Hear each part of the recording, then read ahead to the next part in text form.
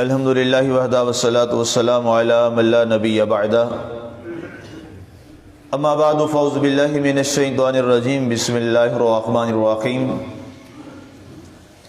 ان المتقین فی مقام امین فی جنات وعیون یلبسون من سندس واستبرق متقابلین کذالک وزوجناہم بحور عین یدعون فیہا بکل فاکہۃ آمنین۔ بے شک پرہیزگاروں کے لیے پرامن جگہ ہوں گی باغات میں اور چشموں میں، پہنے کے ریشم کی پتلی نازک اور گاڑی دبیز پوشاکیں، اور آمنے سامنے بیٹھے ہوں گے۔ یوں ہوں گے جنت والے، اور ہم ان کی شادیاں خوبصورت آنکھوں والی حوروں سے رچا دیں گے۔ وہ لوگ جنت میں جس قسم کے پھل طلب کریں گے ان کی ہر طلب پوری ہوگی۔ آج ہماری سورہ الدخان کی آیہ مبارکہ 55 تک کی تلاوت و ترجمہ کا شرف نصیب ہوا۔ سامعین، ہمارے گزشتہ درس مبارک میں اتوار کو جو ہمارا درس تھا، اس میں جہنم کے حوالہ سے اور اہل جہنم کی سزا اور جس عذاب کا ذکر قرآن نے بیان کیا، اس کو تفصیلاً آپ نے سماعت کیا کہ قرآن پاک نے اس عذاب کا اور شجرہ زقوم اور کھولتا ہوا پانی ان کے جہنمیوں کے سر پہ ڈالا جانا، یہ ساری وضاحت آپ نے بڑی تفصیل سے سماعت کی۔ اس کے بعد اللہ تعالیٰ نے جو متقین لوگ ہیں، تقوی والے ہیں، صاحب تقوی ہیں، رب ذوالجلال نے ان کی عزت کا ذکر بھی فرمایا جیسے جہنم والے ذلیل و رسوا ہوں گے اور ان کی بربادی اور تباہی کا یہ عالم ہے کہ دنیا والوں کے دل دہل جاتے ہیں۔ انسان کا من جو ہے وہ ایک لمحہ کے لیے اندر سے ٹوٹ جاتا ہے، اور اللہ کے حضور ہر صاحب ایمان استغفار کرتا ہے اور توبہ کرتا ہے کہ اے رب قادر، مجھے اس سخت قسم کے عذاب سے محفوظ رکھنا۔ فرمایا اس کے مقابلہ میں جن لوگوں نے اپنے ایمان لانے کے بعد اپنی زندگیوں کو تقوی کی خوبصورت شکل میں ڈھال لیا، فرمایا پھر ان کا مقام اور درجہ جو ہے وہ بھی دیکھنے والا ہوگا۔ اگر جہنمیوں کا سزا والا معاملہ دیکھنے والا ہے تو ایمان والے اہل جنت کا مقام اور درجہ بھی دیکھنے والا ہوگا۔ اور کیا فرمایا؟ ان المتقین فی مقام امین۔ فرمایا جو متقین لوگ ہیں، پرہیزگار ہیں، تقوی والے ہیں، فرمایا وہ ایسی جگہ میں ہوں گے جو ہر لحاظ سے پرامن اور پیسفل ہوگی۔ اب جنت جو ہے یہ پرامن ہے، مقام امین ہے، امن کی جگہ ہے، راحت کی جگہ ہے، سکون کی جگہ ہے، جہاں پر کوئی کسی قسم کی پریشانی نہیں ہوگی۔ اب متقین کے بارے میں یہاں ابن عباس رضی اللہ تعالی عنہما، صحابی جو مفسر صحابی مشہور ہیں، آپ نے سے پوچھا گیا کہ یہ متقین لوگ کون ہوتے ہیں، یہ صاحب تقوی لوگ کون ہوتے ہیں؟ ظاہر ہے ہم بھی طلب کریں گے کہ یہ متقین جن کا ذکر ہوا ہے، جو امن کی جگہ میں ہوں گے، یہ جگہ اللہ تعالی ہمیں بھی عطا فرما دے، ہمیں بھی نصیب فرما دے، تو پھر ہم یہ جگہ کیسے حاصل کر سکتے ہیں؟ تو پوچھا گیا تقوی کیا ہے، متقین کون ہے؟ فرمایا تقوی اتقاء سے نکلا ہے، اور اتقاء کا معنی خوف اور ڈر ہوتا ہے جو کسی کا ادب کی وجہ سے ہوتا ہے۔ ایک خوف اور ڈر ہوتا ہے انسان کا والدین سے، اپنے بزرگوں سے، اپنے اساتذہ سے، اور ایک ڈر ہوتا ہے کسی رازن اور ڈاکو سے یا کسی اور چیز سے، جیسے کوئی کاٹنے والی ہو، لوٹنے والی ہو۔ تو دونوں ڈروں میں فرق ہوتا ہے۔ اساتذہ اور اپنے بزرگوں کا اور ماں باپ کا جو ڈر ہوتا ہے وہ احترام کی وجہ سے ہوتا ہے، اور اس ڈر میں کیا چیز شامل ہوتی ہے؟ وہ خوف نہیں ہوتا جو انسان سانپ سے رکھتا ہے یا کسی اور ڈاکو اور رازن سے رکھتا ہے، وہ والا خوف ڈر ہوتا ہے سزا سے بچنے کے لیے اور تکلیف سے بچنے کے لیے۔ اور ماں باپ اور اساتذہ کرام جو ہوتا ہے، بزرگوں کا جو احترام ہوتا ہے، وہ کس بنیاد سے جو ڈر ہوتا ہے؟ ادب کی بنیاد پہ، کہ کہیں ان کی بارگاہ میں بے ادبی نہ ہو جائے۔ فرمایا جو رب سے اس بے ادبی سے بچنے کے لیے ہر لمحہ ڈرتا رہے کہ کہیں میرا رب میری کسی بات سے ناراض نہ ہو جائے اور کوئی بے ادبی نہ ہو جائے۔ فرمایا جس کے دل میں یہ دولت پیدا ہو جائے اور وہ اپنا ہر عمل اس انداز میں کرے کہ کہیں میرے کسی عمل سے میرا رب مجھ سے منہ نہ موڑ لے، فرمایا اللہ اس کو تقوی والے لوگوں میں شامل فرما دیتا۔ فرمایا پھر اس کی ہر ادا، اس کا ہر عمل، اسے کوئی دیکھے نہ دیکھے، اس کی طرف کوئی توجہ کرے نہ کرے، فرمایا جیسے وہ لوگوں میں بیٹھتا ہے ایسے وہ تنہائیوں میں بیٹھتا ہے، اس کی جلوت اور خلوت ایک ہو جاتی ہے، اور پھر اللہ تعالیٰ اس کو اپنے متقین کی صف میں شامل فرما لیتا۔ یہ بات ایک چھوٹا سا اصول لیکن بہت بڑا اصول ہے۔ صوفیاء کی ساری زندگی کا نچوڑ میں ایک جملے میں آپ کو دے رہا ہوں۔ صوفیاء کا ایک مختصر سا جملہ ہے لیکن کمال جملہ ہے۔ بزرگوں کا وہ فرماتے ہیں کہ جس کی جلوت اور خلوت، آسان لفظوں میں جس کی تنہائی اور جس کی جلوہ نمائی لوگوں میں اور اکیلے میں، جس کی جلوت خلوت ایک ہو جائے، سمجھ لینا وہ اللہ کے حضور مسلمان متقی ہو گیا۔ جو لوگوں میں نیک بنے اور اس کی تنہائی اچھی نہ ہو، فرمایا وہ منافق ہے، وہ منافق ہے۔ جلوت میں کچھ ہو بھی جائے تو خیر ہے لیکن اپنی خلوت کو پاکیزہ رکھو۔ جس کی خلوت اچھی ہو جائے گی ایک دن اس کی جلوتیں بھی اچھی ہو جائیں گی۔ سب سے مشکل کام ہے۔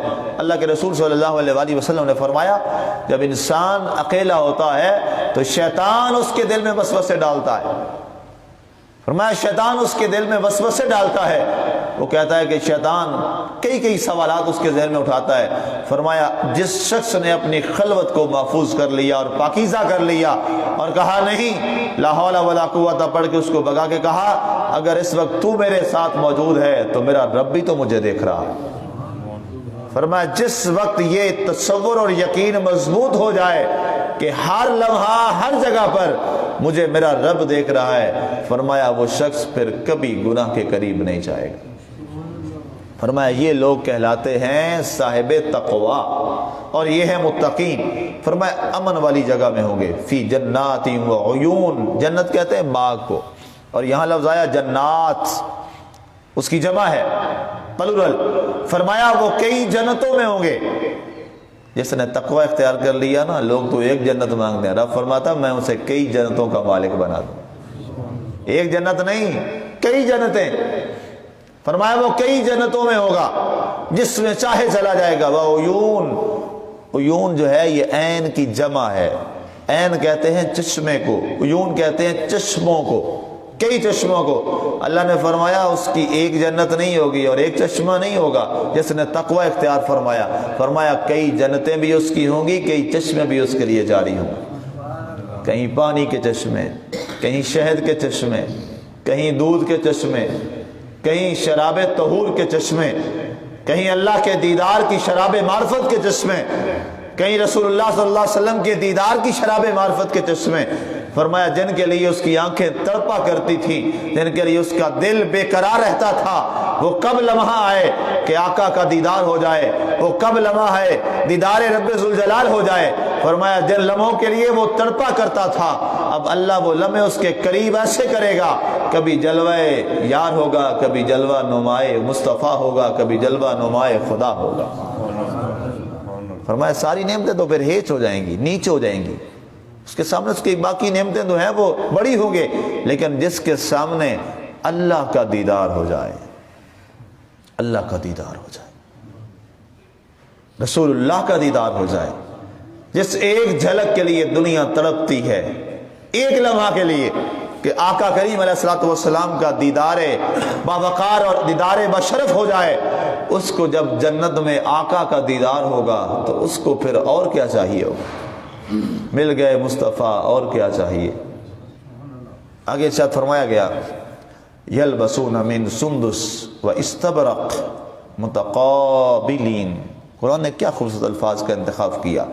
فرمایا انہیں یہاں پر سندس کہتے ہیں ریشم کا جو باریک قیمتی لباس ہوتا ہے۔ فرمایا میرے ایمان والوں کو ہم نے ریشمی لباس حرام کیا تھا دنیا میں، اور انہوں نے ہماری رضا کے لیے ریشمی لباس چھوڑ دیا، نہ پہنا۔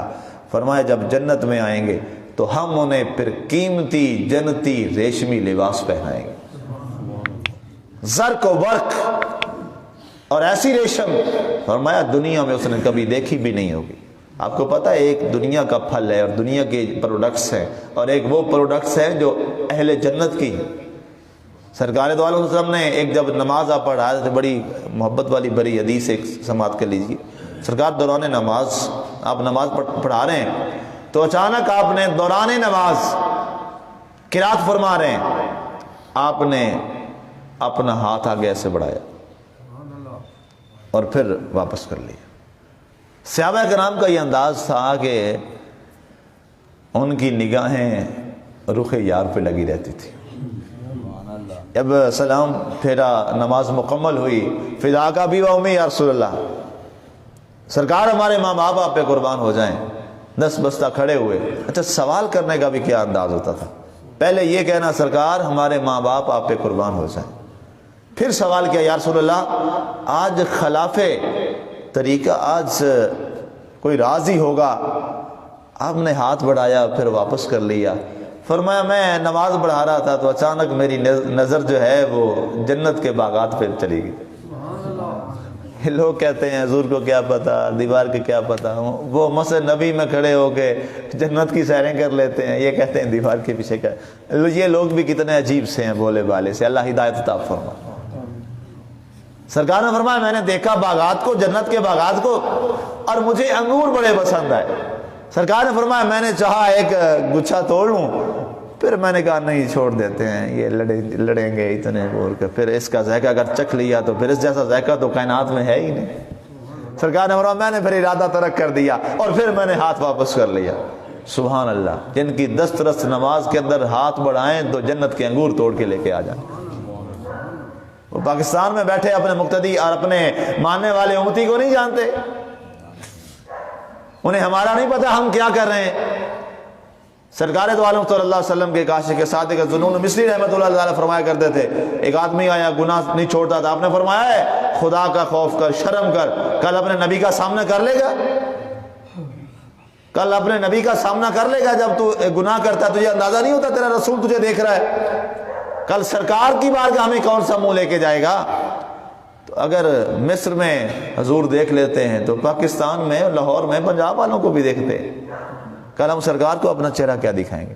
تو فرمایا انہیں وہاں پر سندس اور استبرق کسے کہتے ہیں، یہ موٹی پوشاکیں ہوتی ہیں جو سردیوں میں استعمال کی جاتی ہیں، اور یہ موٹی چادر ہوتی ہے، فرمایا وہ بھی انہیں دی جائے گی متقابلین، اور کیسے بیٹھے ہوں گے جنتی۔ سبحان اللہ، اللہ نے وہ منظر بھی بیان کر دیا۔ پرانا زمانہ تھا جب لوگ اپنی بیٹھکوں پہ بیٹھا کرتے تھے، بیٹھک کہتے تھے، چوپال بھی کہتے تھے اس کو، ہمارے دیہات کے کلچر میں بڑا خوبصورت منظر، لوگ چار پائیاں ڈال کے آمنے سامنے بیٹھ کے، لمبی لمبی محفلیں ہوتی تھی اور سارے وہاں بیٹھتے تھے، دکھ اور سکھ کے برابر شریک ہوتے تھے، کسی کا دکھ ہوتا تھا تو کسی کو اس کو پتہ نہیں چلتا تھا، سارے دکھ بانٹتے تھے، بڑا اچھا وہ وقت تھا، اچھے لمحات تھے۔ اللہ نے فرمایا جب اہل جنت میں بیٹھیں گے نا تو ان کے بیٹھنے کا انداز کیا ہوگا؟ فرمایا وہ آمنے سامنے ایک دوسرے کے بیٹھے ہوں گے، آمنے سامنے فرمایا بیٹھے ہوں گے، اور وہاں پر پھر ذکر کریں گے، کبھی اللہ کا ذکر چھڑ جائے گا، کبھی رسول اللہ کا ذکر چھڑ جائے گا، کبھی نبی کے عاشقوں کا ذکر چھڑ جائے گا، کبھی آقا کے غلاموں کا ذکر ہوگا، اور کبھی اعمال صالحہ کا ذکر ہوگا۔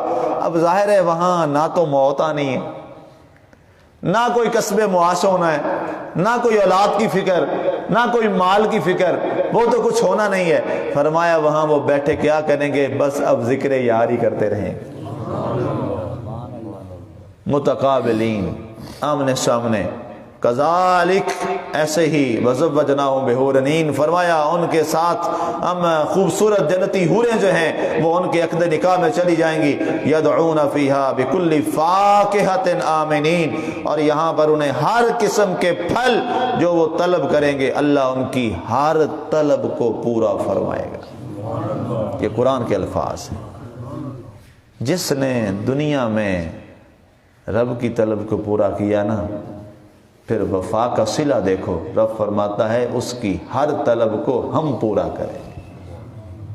سودا بڑا سیدھا سیدھا سا ہے، اس ہاتھ دے اور اس ہاتھ لے۔ اللہ تعالی ہمیں عمل کی توفیق عطا فرمائے اور اللہ ہمیں ان متقین کی صف میں شامل فرمائے۔ آمین۔ وما علینا الا البلاغ المبین۔